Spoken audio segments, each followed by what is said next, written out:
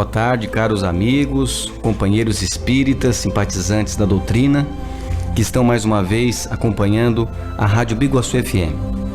Estamos iniciando mais um programa Conhecendo o Espiritismo. Vamos ouvir o hino de louvor a Deus na voz de Marcos Viana, o Pai Nosso.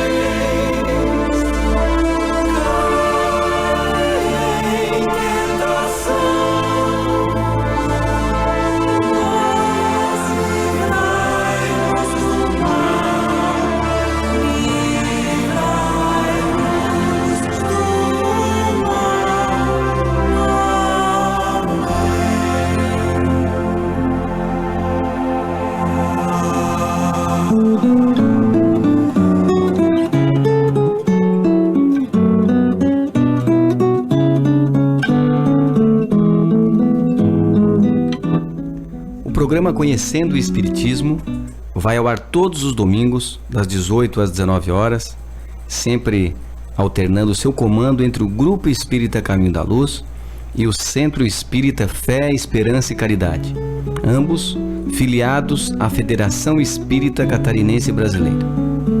O programa de hoje está a cargo do Grupo Espírita A Caminho da Luz. Por porque o ódio que sentimos ou a cólera que alimentamos recai sempre sobre nós, no sentido de doença, de abatimento, de aflição, e só pode causar o mal, já que deixamos há muito tempo a faixa da animalidade para entrarmos na faixa da razão. Há momentos em nossa vida em que quase que irresistivelmente somos tomados por um sentimento de raiva.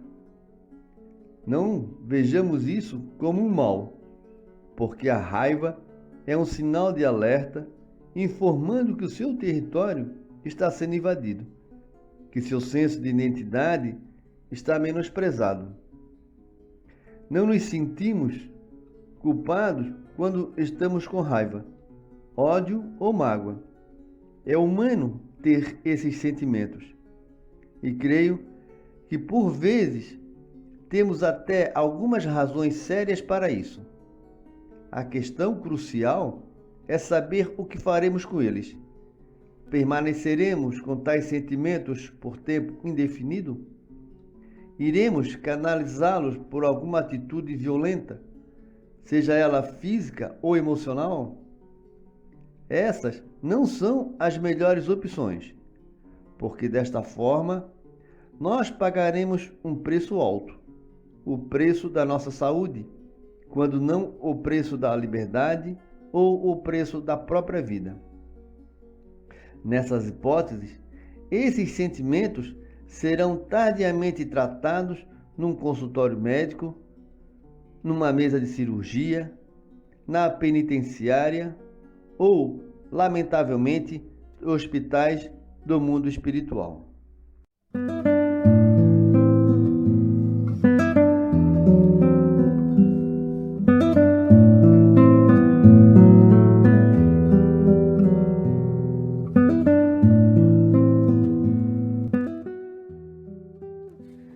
A cólera. A cólera não exclui certas qualidades do coração, mas impede que se faça muito bem e pode levar a fazer muito mal. Isto deve ser suficiente para incitar os esforços para dominá-la. O espírita, aliás, é incitado por outro motivo, o de que ela é contrária à caridade e à humildade cristãs. A cólera é filha do orgulho e é o orgulho ferido que origina esses acessos de demência passageira que nos assemelham aos brutos.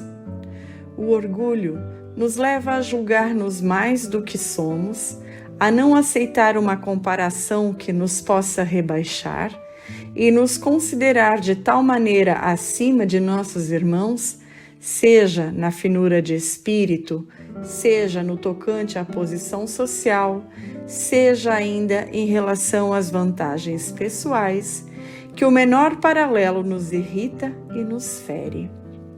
E o que acontece então? Entregamo-nos à cólera.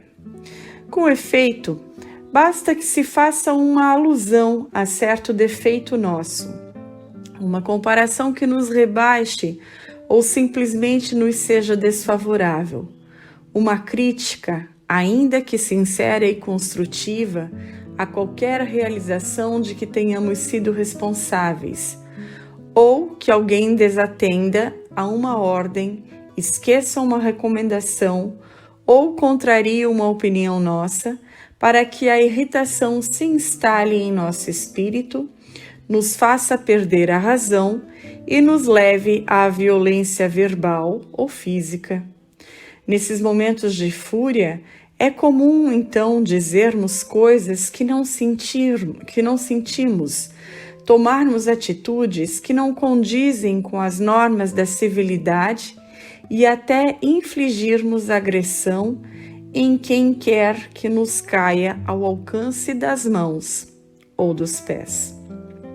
Quase sempre, muito nos arrependemos depois desses acessos de loucura, lamentando amargamente termos magoado e ofendido aqueles que estimamos, Já o mal terá produzido seus efeitos, rancores em uns, traumas psíquicos em outros, indiferença em alguns e etc. Certamente, nenhum de nós faria explodir uma bomba dentro de casa, comprometendo a vida daqueles que amamos. No entanto, por vezes, não vacilamos em detonar a dinamite da cólera, aniquilando as energias dos companheiros que nos trazem apoio e cooperação. Nesse sentido, vale destacar que cada um de nós desempenha papel determinado na construção do benefício comum. E se contamos na execução dos nossos deveres com amigos abnegados, capazes do mais alto sacrifício em nosso favor, temos ainda nas linhas da existência aqueles espíritos que se erigem à condição de nossos credores, com os quais ainda não nos quitamos de todo no terreno das contas pessoais, transferidas à contabilidade de hoje pelo saldo devedor de passadas reencarnações. É assim que vamos vencendo em exames diversos, opondo valores morais entesourados na alma ao assédio das provas, como sejam paciência na adversidade, resistência na dor, fé nos instantes de incerteza e generosidade perante as múltiplas solicitações do caminho.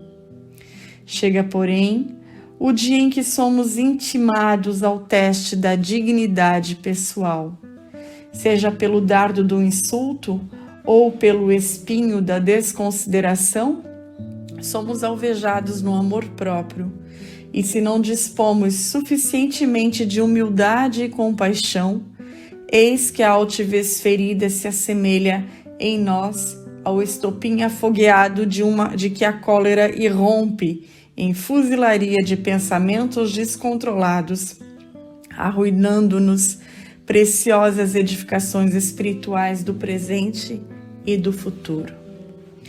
Estejamos alerta contra semelhante poder fulminativo, orando e abençoando, servindo e desculpando, esquecendo o mal e restaurando o bem. De certo, nem sempre a doçura pode ser a marca de nosso verbo ou de nossa atitude, porquanto momentos surgem nos quais o bem geral reclama a governança da providência rija ou de frase salgada de advertência.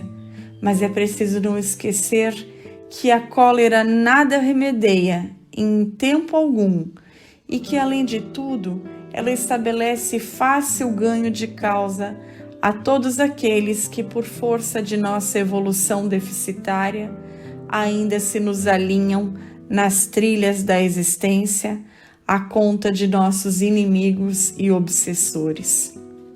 Muitas criaturas, diante das mínimas contrariedades, se descontrolam e se deixam empolgar pela cólera e ainda atribuem-na ao temperamento com que a natureza os dotou e, dando-se por justificadas, não diligenciam para extirpá-la. Como poderia agir de outro modo, dizem, se Deus me fez assim, bilioso e explosivo? A verdade, porém, é que a cólera, como de resto todos os vícios, é uma imperfeição de nosso espírito, respondendo cada um por todos os desatinos que venha a praticar nesse estado. Eis algumas advertências do Evangelho a respeito que nenhum cristão deve desconhecer. Todo homem que se ira contra seu irmão será réu no juízo. Evangelho de Mateus. Se vos irardes seja sem pecar, não se ponha o sol sobre a vossa ira. Seja todo homem pronto para ouvir, ponderado no falar e moroso em se irar, porque na ira o homem não faz o que é justo aos olhos de Deus. Assim, para deixarmos de ser colérico, o que temos a fazer é exercitar-nos na mansidão, tomando por modelo o Mestre dos Mestres, que mesmo nas circunstâncias mais constrangedoras, jamais perdeu a calma, nunca teve um gesto de violência, nem se permitiu qualquer revide às ofensas e maus tratos de que foi alvo, e por isso tinha plena autoridade para aconselhar. Não resistais ao que vos fazer mal, e se alguém vos ferir na face direita, oferecei-lhe também a esquerda. Aprendei de mim que sou manso e humilde de coração, e achareis descanso para as vossas almas. Estas máximas, que a alguns poderiam parecer a consagração da covardia e, pois, inaceitáveis para um homem de bril, constituem, ao contrário, regras de conduta que só os realmente fortes são capazes de exemplificar. Sim, porque reagir à violência, como os irracionais, denota fraqueza espiritual, ao passo que a brandura é apanágio das almas que, havendo conquistado a si mesmas, adquiriram tão grande fortaleza moral que ninguém as pode atingir nem perturbar-lhes a doce tranquilidade interior, muito menos a golpes de ignorância e brutalidade.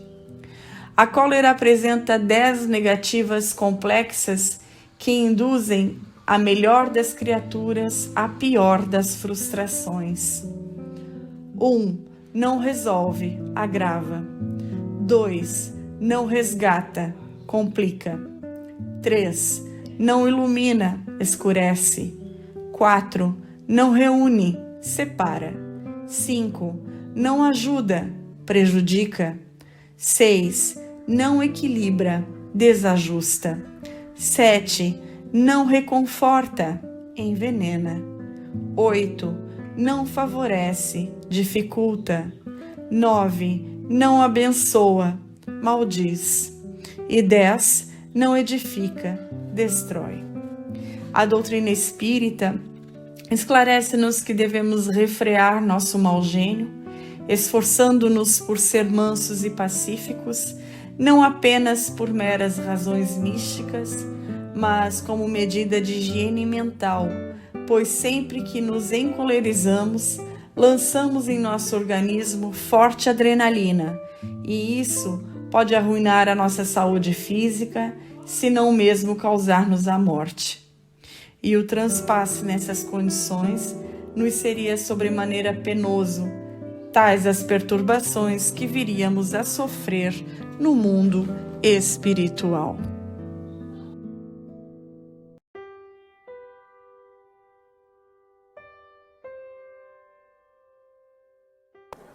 Com relação aos que são intolerantes, nós precisamos exercer a caridade. A caridade. E não entrar nesse ciclo de intolerância.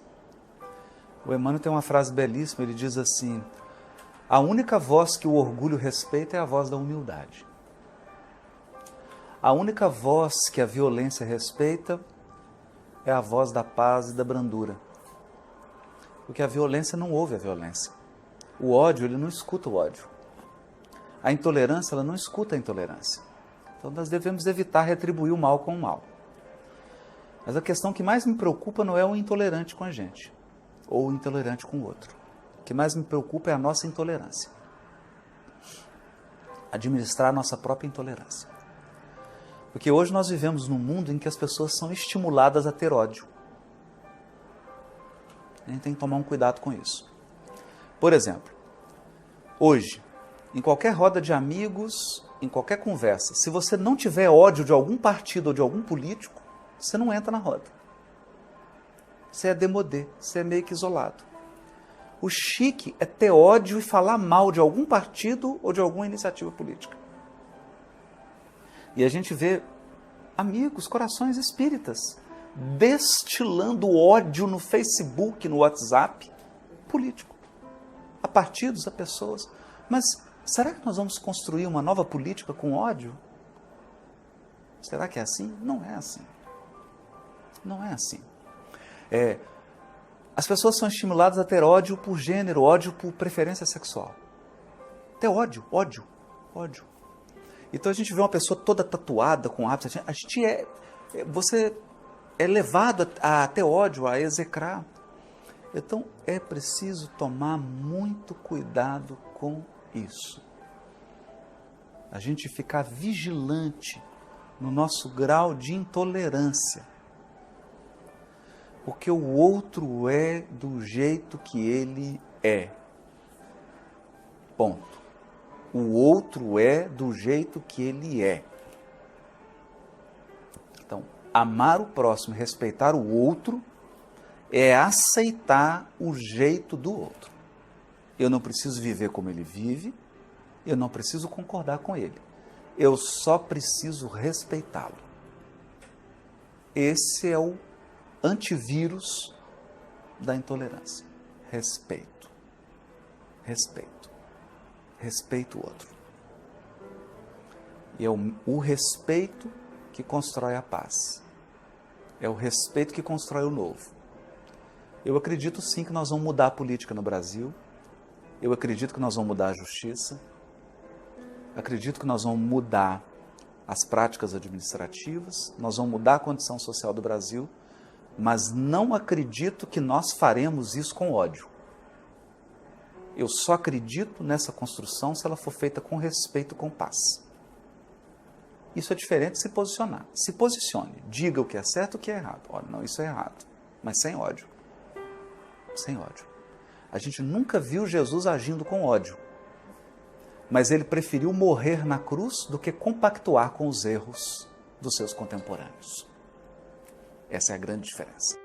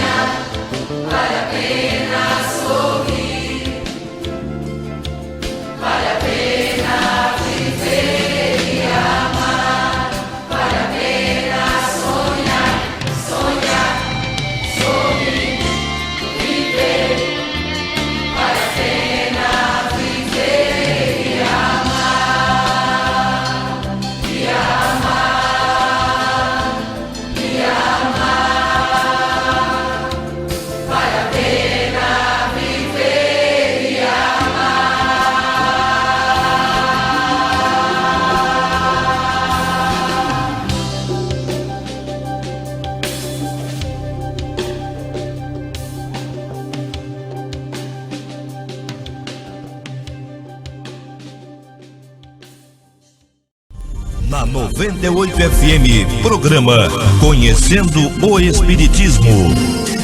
Bem-aventurados os mansos e pacíficos. Injúrias e violências. Bem-aventurados os mansos, porque eles possuirão a terra. Bem-aventurados os pacíficos, porque serão chamados filhos de Deus. Ouvistes o que foi dito aos antigos: não matarás, e quem matar será réu no juízo. Pois eu vos digo que todo o que se ira contra o seu irmão será réu no juízo. E o que disser a seu irmão, raca, será réu no conselho. E o que disser, és louco, merecerá a condenação do fogo do inferno. Por estas máximas, Jesus estabeleceu como lei a doçura, a moderação, a mansuetude, a afabilidade e a paciência. E, por consequência, condenou a violência, a cólera e até mesmo toda a expressão descortês para com os semelhantes. Raca era entre os hebreus uma expressão de desprezo que significava homem reles e era pronunciada cuspindo-se de lado. E Jesus vai ainda mais longe, pois ameaça com o fogo do inferno aquele que disser a seu irmão: és louco. É evidente que nesta, como em qualquer circunstância, a intenção agrava ou atenua a falta. Mas por que uma simples palavra pode ter tamanha gravidade para merecer tão severa reprovação? É que toda palavra ofensiva exprime um sentimento contrário à lei de amor e caridade que deve regular as relações entre os homens, mantendo a união e a concórdia. É um atentado à benevolência recíproca e à fraternidade, entretendo o ódio e a animosidade.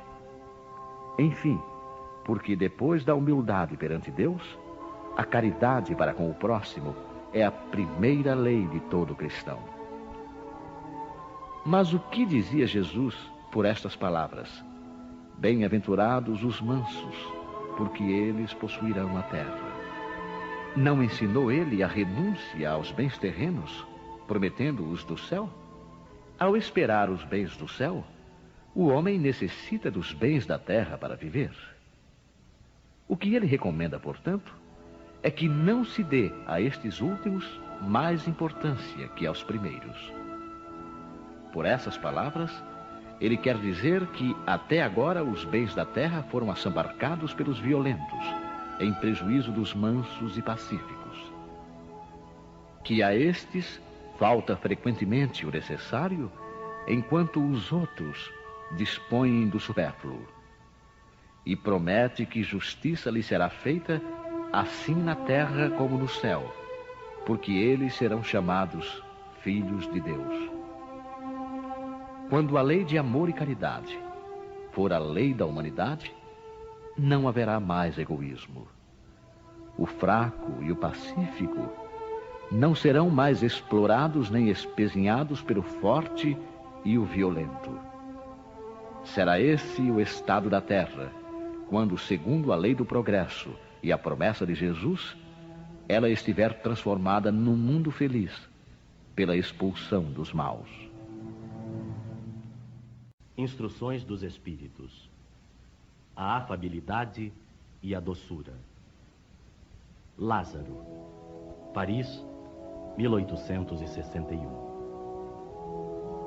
A benevolência para com os semelhantes, fruto do amor ao próximo, produz a afabilidade e a doçura, que são a sua manifestação. Entretanto, nem sempre se deve fiar nas aparências, pois a educação e o traquejo do mundo podem dar o verniz dessas qualidades. Quantos há cuja fingida bonomia é apenas uma máscara para uso externo, uma roupagem cujo corte, bem calculado, disfarça as deformidades ocultas. O mundo está cheio de pessoas que trazem o sorriso nos lábios e o veneno no coração, que são doces, contanto que ninguém as moleste, mas que mordem à menor contrariedade. cuja língua doirada, quando falam face a face, se transforma em dardo venenoso quando falam por trás. A essa classe pertencem ainda esses homens que são benignos fora de casa, mas tiranos domésticos, que fazem a família e os subordinados suportarem o peso do seu orgulho e do seu despotismo, como para compensar o constrangimento a que se submetem lá fora. Não ousando impor sua autoridade aos estranhos que os colocariam no seu lugar, querem pelo menos ser temidos pelos que não podem resistir-lhes. Sua vaidade se satisfaz com o poderem dizer: aqui eu mando e sou obedecido, sem pensar que poderiam acrescentar com mais razão: e sou detestado. Não basta que os lábios destilem leite e mel, pois se o coração nada tem com isso, trata-se de hipocrisia. Aquele cuja afabilidade e doçura não são fingidas, jamais se desmente. É o mesmo para o mundo ou na intimidade, e sabe que se pode enganar os homens pelas aparências, não pode enganar a Deus.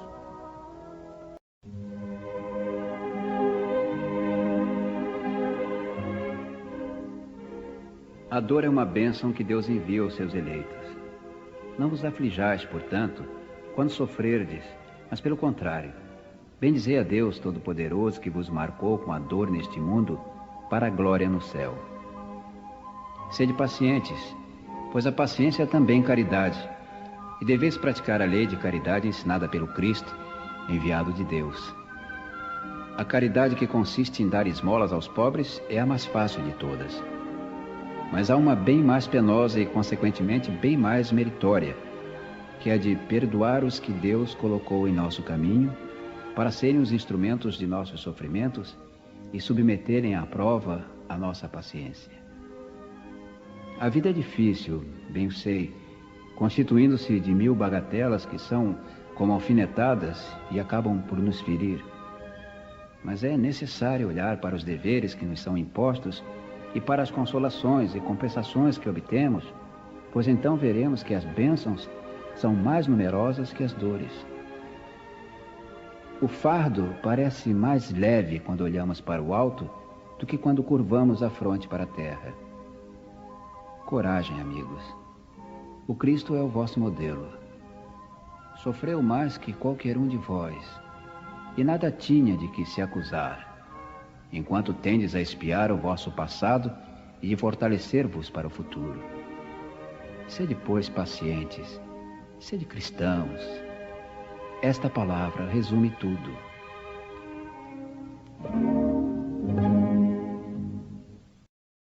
A cólera, um espírito protetor.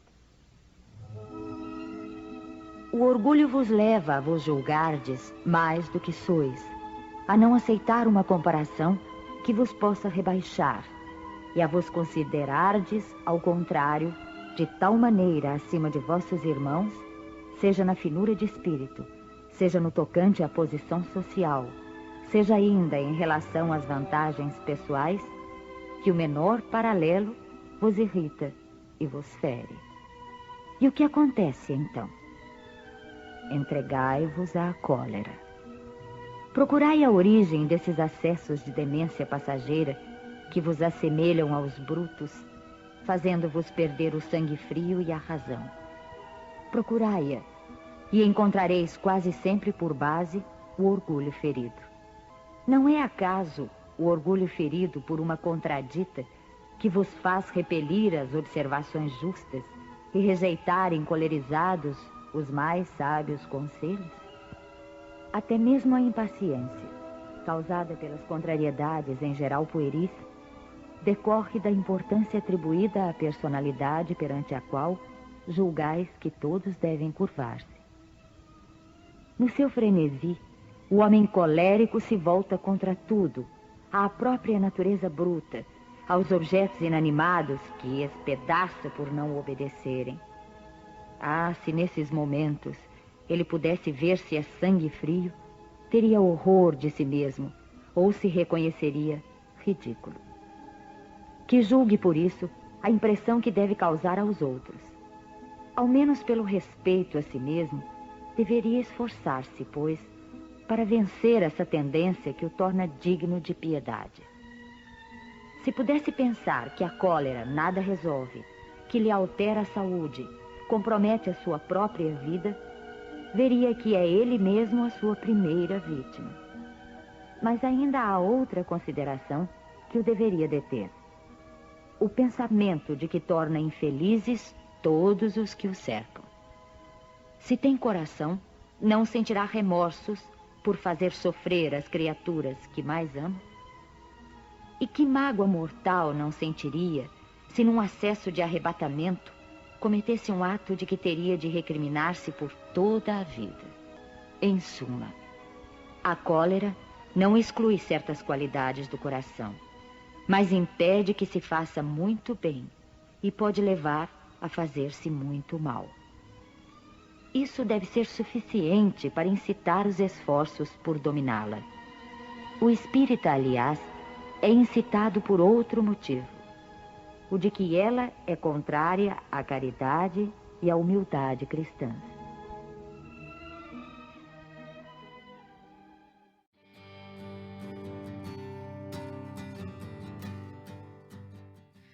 Tem uma frase, eu não lembro bem se é no Livro dos Espíritos ou no Evangelho, que eu acho tão bacana. Fala o seguinte: borrife, na verdade ele usa outra expressão, ele fala espargindo, esparja, né? Espargindo ou borrifando o perfume da caridade no seu entorno. O que ele quer dizer com isso? Solte. É como se você estivesse borrifando mesmo. Imagina você borrifando assim, caridade, caridade, caridade. O que é exatamente isso?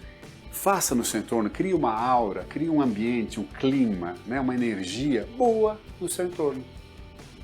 Por que isso? Porque as pessoas se sentirão atraídas por você. Quem não gosta de estar num lugar que tem cheirinho gostoso, onde se sente bem e tal? Você consegue fazer isso com a mente também. Como é que funciona esse negócio? É uma pessoa sorridente, uma pessoa alegre, uma pessoa leve, uma pessoa que conversa com as pessoas, mas que não fala tanto, ouve bastante. Às vezes você não precisa falar nada, cala, só ouve. Alguém quer falar. E a gente sempre quer falar antes, quer falar antes, quer falar antes, né? Então, espargir o perfume da caridade, borrifar o perfume da caridade em volta é isso. É estar pronto a ajudar as pessoas em volta. Tem uma frase da Madre Teresa de Calcutá que diz mais ou menos o seguinte: as pessoas nunca deveriam sair de sua presença sem se sentir melhor do que quando elas chegaram. Olha que espetáculo, vou repetir a frase. Não é exatamente assim, mas é parecido. As pessoas nunca deveriam sair de sua presença sem se sentir melhor do que quando elas chegaram. Olha que beleza o dia que você, eu e todos nós conseguimos com que as pessoas que cheguem à nossa presença, através da nossa influência, seja pela fala, seja por calar e apenas ouvir, seja por um abraço, por um carinho, o que seja, que essas pessoas saiam melhores, saiam aliviadas, saiam mais alegres, saiam mais felizes. Não é bom isso? É ótimo. Por que é que você quer? Para você, mas não faz para o outro. Vamos fazer para os outros. E segredo, segredo, segredo, segredo. Quando você faz o bem, quando você age em prol de alguém, quem é que se beneficia em primeiro lugar? Eu mesmo. Você vai se sentir super bem. Você quer estar feliz, quer estar bem, quer estar alegre? Haja para o outro, cuide do outro, faça pelo outro. Vai estar tudo certo. Você vai ser mais feliz ainda.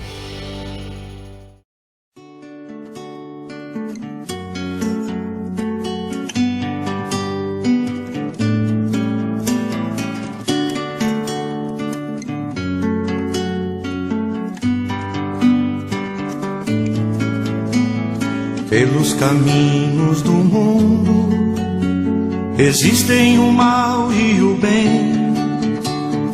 Ajude sempre que possa, não olhe com e a quem. Entre verdades e mentiras, você precisa vencer. Pague com amor toda a ira endereçada a você. Faço assim e vivo sempre a cantar. Um sorriso cabe em qualquer lugar. Faço assim e vivo sempre a cantar. Um sorriso cabe em qualquer lugar. ali de amor onde esteja, sorria quando puder, que a mão esquerda não veja o que a direita fizer. Quem tem amor sempre doa e sente paz no viver. Se ofendido, perdoa e busca depressa esquecer. Faço assim e vivo sempre a cantar. Um sorriso cabe em qualquer lugar. Faço assim e vivo sempre a cantar. Um sorriso cabe em qualquer lugar. Pelos caminhos do mundo existem o mal e o bem. Ajude sempre que possa, não olhe com quem. Entre verdades e mentiras, você precisa vencer. Pague com amor toda a ira endereçada a você. Faço assim e vivo sempre a cantar. Um sorriso cabe em qualquer lugar. Faço assim e vivo sempre a cantar. Um sorriso cabe em qualquer lugar.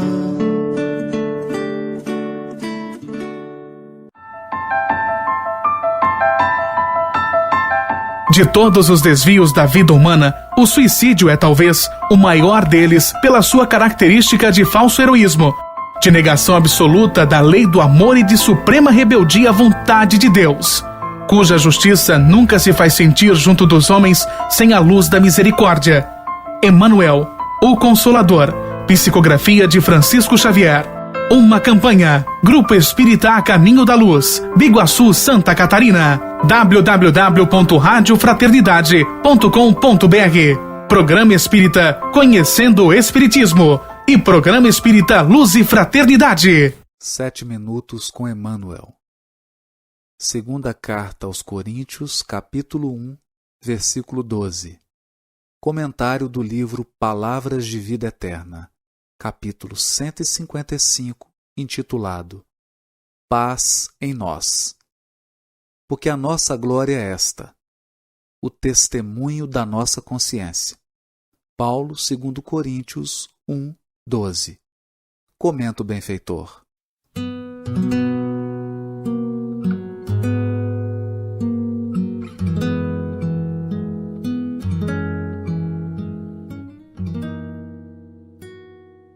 Abraçando a renovação espiritual para a conquista da luz, quase sempre somos contraditados pelas forças da sombra, qual se tivéssemos o coração exposto a todas as críticas destrutivas. Cultivas bondade e afirmam-te idiota. Mostras paciência e imaginam-te poltrão. Esqueces golpes sofridos e chamam-te covarde.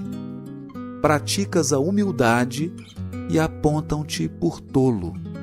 Falas a verdade e supõem-te obsesso. Exerces brandura e julgam-te preguiçoso. Auxilias fraternalmente e envenenam-te o gesto. Confias e dizem-te fanático. Cumpres obrigações e há quem zombe de ti. Entretanto, a despeito de todas as dúvidas e impugnações que te cerquem os passos, segue para diante, atendendo aos deveres que a vida te preceitua, conforme o testemunho da consciência. na convicção de que felicidade verdadeira significa, em tudo, paz em nós. Novamente, o benfeitor Emmanuel comenta o capítulo 1, versículo 12 da Epístola aos Coríntios, da segunda carta aos Coríntios, dessa feita dando novo enfoque à lição. O testemunho da nossa consciência em contraposição à opinião das pessoas que convivem conosco ou o nosso caminho.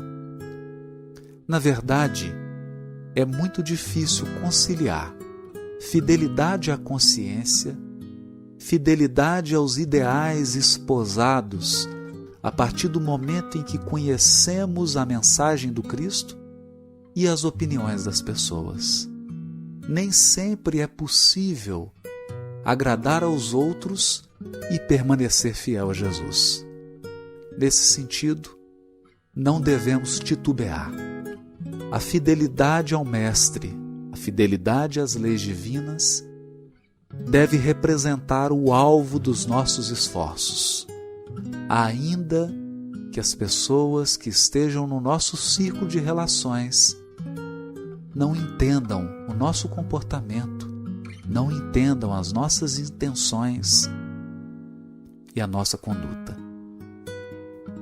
O cristão genuíno busca sempre a aprovação da consciência e, quando a consegue, experimenta a paz, a verdadeira paz, aquela que nasce do dever irrepreensivelmente cumprido, aquela que nasce da satisfação da tarefa finalizada, da tarefa levada a cabo.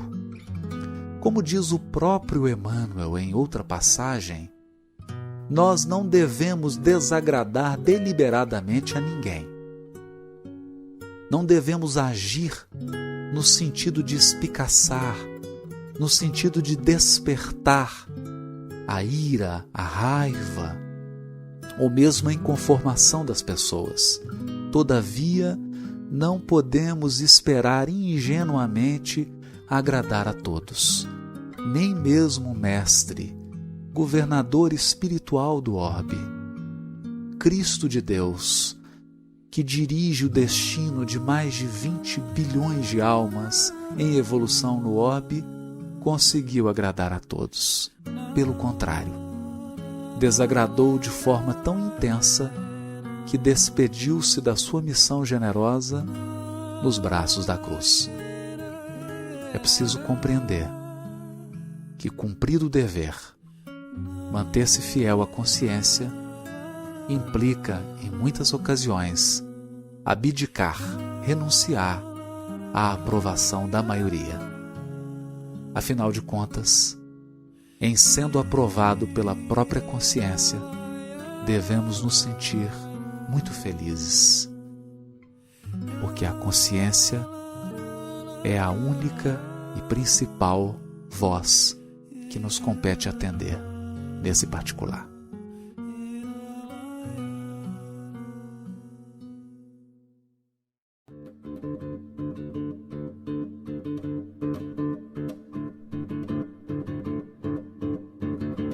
Paz de espírito. Quando a mente está tranquila, energias internas despertam e fazem milagres para nós, sem nenhum esforço consciente da nossa parte. Deepak Chopra. É imprescindível encontrarmos paz de espírito.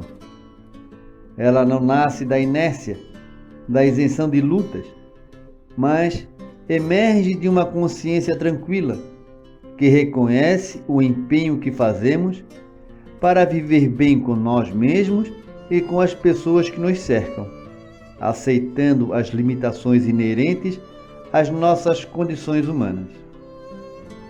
A paz de espírito surge da maneira como nos relacionamos com tudo à nossa volta, a partir do relacionamento que temos com nós mesmos.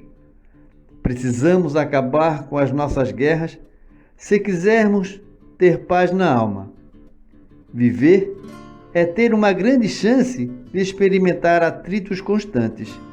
Portanto, a serenidade interior somente é possível quando aprendemos a neutralizar, ou pelo menos minimizar, os desgastes surgidos nos inevitáveis embates, frustrações, contrariedades e decepções que, como agentes ativos ou passivos, experimentamos em nossos relacionamentos.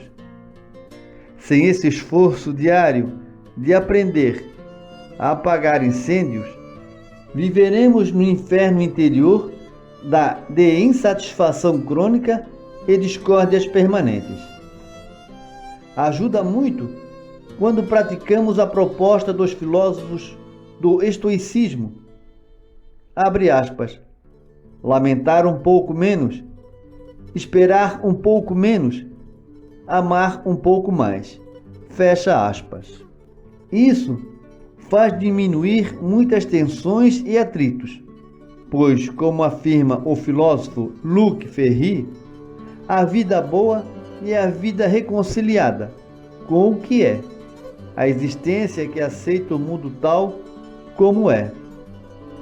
Certamente por isso, Jesus recomendou que nos reconciliássemos com os nossos adversários, pois na reconciliação está implícita a ideia da aceitação. Aceitação de que a vida é imperfeita, incompleta e inacabada. Aceitação de que as pessoas têm as suas limitações e incoerências, assim como nós mesmos. E diante desse quadro de insuficiências, pararemos de brigar com a incompletude da vida, de nós mesmos e das pessoas, fazendo as pazes com a nossa consciência, tirando dela o que ela tem de melhor, sem esperar que esse melhor seja a perfeição. Somente a reconciliação com a vida é capaz de trazer paz interior, lamentar menos e esperar menos. Mas é preciso também amar um pouco mais.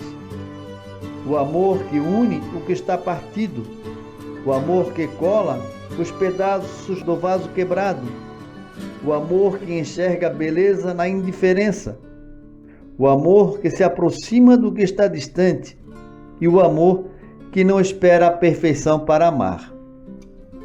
Somente esse amor que nos reconcilia com tudo é capaz de trazer paz ao espírito, pondo fim aos nossos conflitos. É o término de uma guerra de anos que estávamos travando dentro de nós mesmos, cuja batalha perderíamos pagando com o preço da própria existência. Ao suave toque do amor, tudo fica em paz.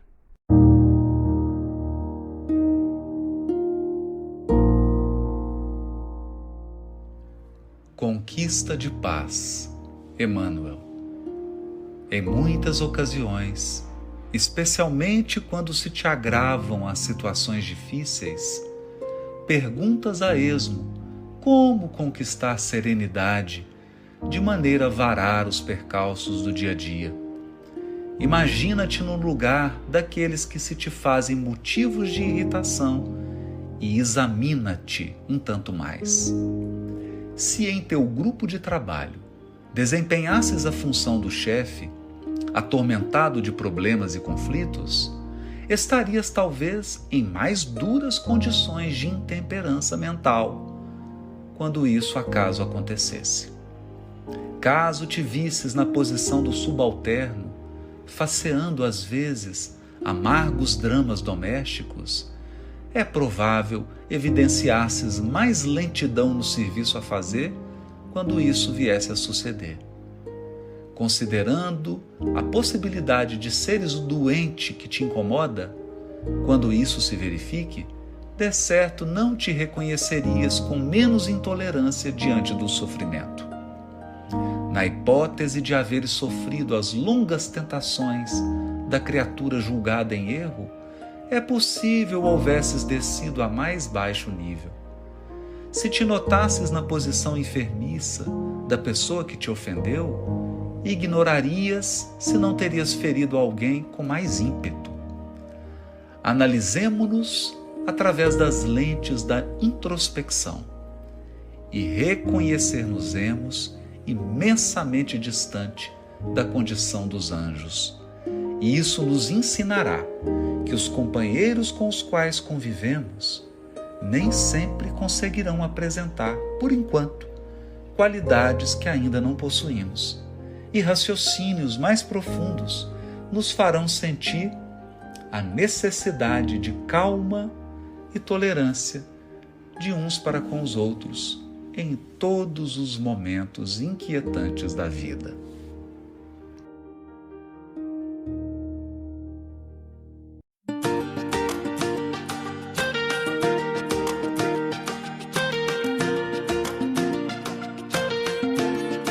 Procuro me sentir feliz. Sabe por quê? Porque eu não espero nada de ninguém. Expectativas sempre machucam e a vida é curta, então ame sua vida e seja feliz e mantenha sempre um sorriso no rosto, aquele seu sorriso. Viva a vida pra você. E antes de falar, escute. Antes de escrever, pense. Antes de gastar, ganhe. Antes de orar, perdoe. Antes de magoar, sinta. Antes de odiar, ame. Antes de desistir, tente, tente. Antes de morrer, viva, viva, viva.